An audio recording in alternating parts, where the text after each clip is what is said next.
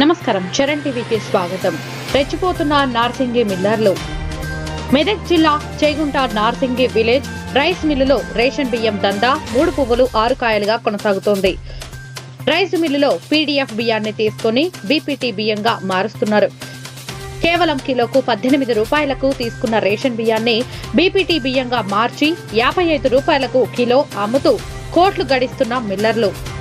మామూళ్ల మత్తులో అధికార యంత్రాంగం.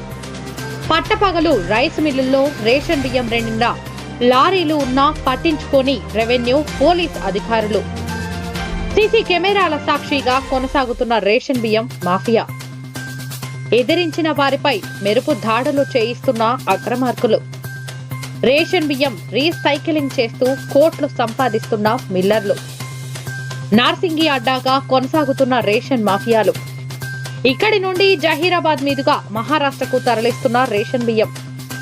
ప్రతిరోజు 5 నుండి 10 లారీల్లో రేషన్ బియ్యం అక్రమంగా చేగుంట మండలం నార్సింగి కేంద్రం సాగుతున్న దందా.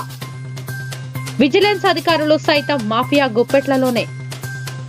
మెదక్ జిల్లా నార్సింగిలో నడుస్తున్న రేషన్ మాఫియాపై ఆసక్తికరమైన ప్రసారాలు మీ చరణ్ టీవీలో.